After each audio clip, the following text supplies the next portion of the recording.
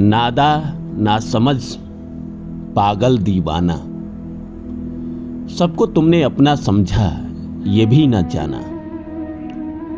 मतलबी है लोग यहां पर, मतलबी जमाना, सोचा साथ देगा साया, निकला वो बेगाना। इस संसार में हम अकेले आते हैं, हमारा जन्म होता है तो हम अकेले आते हैं और इस संसार से हम अकेले जाते हैं। बीच में कुछ चंद लोग मिलते हैं जो हमें अपना कहते हैं, लेकिन बस वो कहते हैं, कोई अपना होता नहीं है। आप जिसके साथ रिलेशनशिप में हो, आप जिसके साथ प्यार में हो, क्या आप 100% इस बात को गारंटी के साथ कह सकते हो कि वो आपका अपना ही है? क्या इस बात को आप लिख के दे सकते हो कि वो आपके साथ फायदे के लिए नहीं जुड़ा है? क्या एक पति पत्नी एक दूसरे के साथ जब जीते हैं तो दो जिस्म एक जान बन के जीते हैं क्या? या वो भी एक दूसरे से फायदे के लिए जुड़े रहते हैं?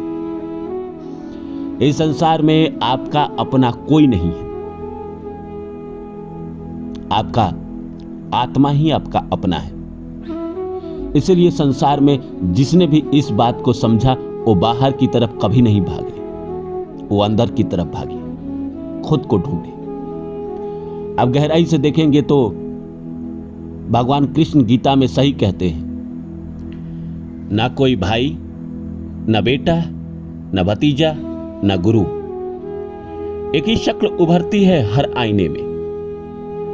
आत्मा मरती नहीं, जिस्म बदल लेती है।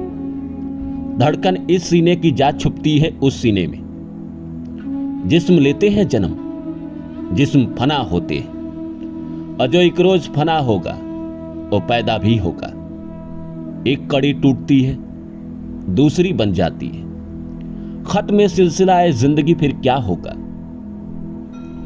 ये आपका जीवन जो है ये कभी खत्म तो होता नहीं है। इस जिंदगी में आप एक जीवन को खत्म करते हैं, दूसरा जन्म ले लेते हैं। लोग आते हैं आपकी जिंदगी में, आप उनसे जुड़ते हैं, एक नया कर्म बनता है, एक नया कर्म खत्म होता है, फिर आप आगे बढ़ जाते हैं। अपनी जिंदगी को ही उठा के देखिए ना, आपकी जिंदगी में कितने लोग आए जो आपके दोस्त बने, आपसे उनको प्यार हुआ, आज वो कहाँ है आपको याद भी नहीं है, शायद पता भी नहीं होगा। जिंदगी का ये पेंडिंग कर्मा खत्म करते करते इंसान खुद इतना अकेला हो जाता है, इंसान समझ ही नहीं पाता कि वो करे तो क्या करे। जिंदगी ऐसे ऐसे रंग दिखाती है इंसान को। देखिए, जिंदगी कई बार आपको समझाती है कि इस संसार में आपका अपना कोई नहीं है। आप जब किसी के साथ रिलेशन में जुड़ते हैं, किसी से आपको प्यार होता है, किसी से आप शादी करते हो, उसके बाद जिंदगी आपको बताती है कि ये इंसान तुमसे प्रेम नहीं करता, ये इंसान तुम्हारे साथ मतलब के लिए जुड़ा हुआ है, चाहे पति पत्नी ही क्यों ना हो। आप जिस पिता की बात करते हैं, क्या वो पिता आपके अपने हैं? उन्होंने आपको जन्म जरूर दिया है, लेकिन जिंदगी भर चाहते हैं कि आप उनके लिए भी कुछ करें। जब आप योग्य हो जाते हैं, जब आप कमाने के योग्य हो जाते हैं और आप न कमा पाते हैं, तो वही पिता आपको नकारा भी कहते हैं। माता का प्रेम थोड़ा इंसान का सबसे करीबी प्रेम है, क्योंकि उसमें निस्वार्थ भाव का प्रेम होता है। उसमें भी कई बार ऐसा होता है कि वो प्रेम भी कई बार वैसा नहीं होता जिसकी आपने कल्पना की है। संसार में इंसान जन्म लेके आता है, लोगों से जुड़ते चला जाता है। बचपन में अलग लोगों के साथ जुड़ता है, जैसे युवावस्था आती है उसकी जिंदगी में कुछ और लोग आते हैं। जब जवान होता है तो कुछ और लोग आते हैं, जैसे जैसे उम्र बीतती है तो कुछ और लोग आते हैं, फिर अंत समय में कुछ और लोग आते हैं। जिंदगी में लोग आते हैं जाते हैं, लेकिन आपका अपना कोई नहीं बन पाता। आपको निस्वार्थ भाव से जिंदगी भर कोई ऐसा प्रेम करे, वो आपकी जिंदगी में कोई हो ही नहीं सकता। एक ईश्वर का ऐसा प्रेम है। संसार में अगर प्रेम को तौला जाता है तो सबसे पहला जो प्रेम है वो ईश्वर का प्रेम है। ईश्वर के प्रेम से ज्यादा इस संसार में कोई प्रेम नहीं है। ईश्वर जितना आपको प्यार करते हैं, जिस भाव से प्रेम करते हैं, इस संसार में आपको कोई नहीं करता। जब भी आपकी जिंदगी में मुसीबत आती है तो आपको ईश्वर ही बचाने आते हैं, कोई नहीं आता उसके अलावा। आपका कोई भी कितना भी सगा क्यों ना हो, कोई भी भाई क्यों ना हो, कोई भी प्रेमिका प्रेमी क्यों ना हो, कोई भी पति पत्नी क्यों ना हो, ईश्वर के अलावा आपकी जिंदगी में कोई आपको बचाने नहीं आता। ईश्वर के बाद जो दूसरा प्रेम होता है वो माता पिता का होता है। माता पिता के भी प्रेम में 50% स्वार्थ रहित रहता है। 50% उसमें भी स्वार्थ होता है। 50% ही वो प्रेम है जिसमें थोड़ा स्वार्थ की कमी रहती है। अन्यथा इस धरती पर, इस जहां में आपका अपना कोई नहीं। आप कितना भी कह लो कि ये मेरा प्रेमी है, मेरा प्रेमिका है, ये मुझे दिल से प्यार करता है, ये मेरी पत्नी है, ये मेरा पति है, नहीं करता।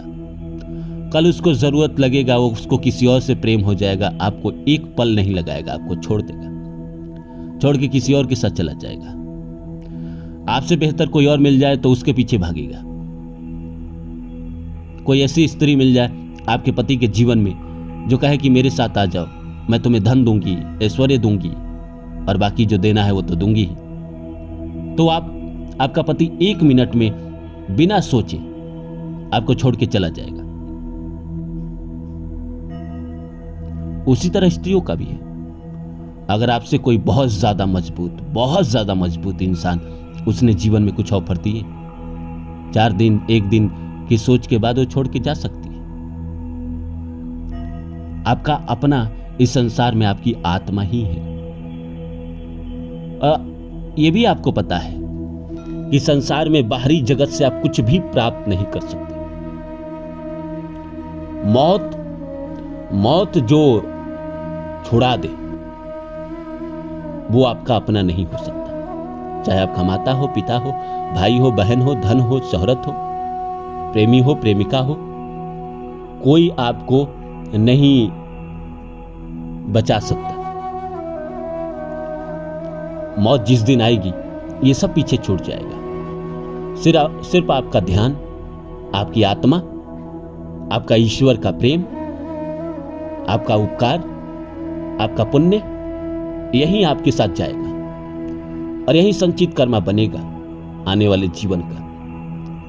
इसीलिए ध्यानी या जो ईश्वर को जानते हैं, जो आत्मा को जानते हैं, वो संसार में बाहर की तरफ कभी नहीं भागते, वो अंदर की तरफ भागते हैं। और जिंदगी में वो अपने आप को सबसे ज्यादा महत्व देते हैं। किसी से ऐसा लगाव नहीं रखते जिसको छूटने के बाद इंसान को दर्द हो। इसीलिए भगवान कृष्ण भी कहते हैं कि आपसे बेहतर आपका कोई नहीं।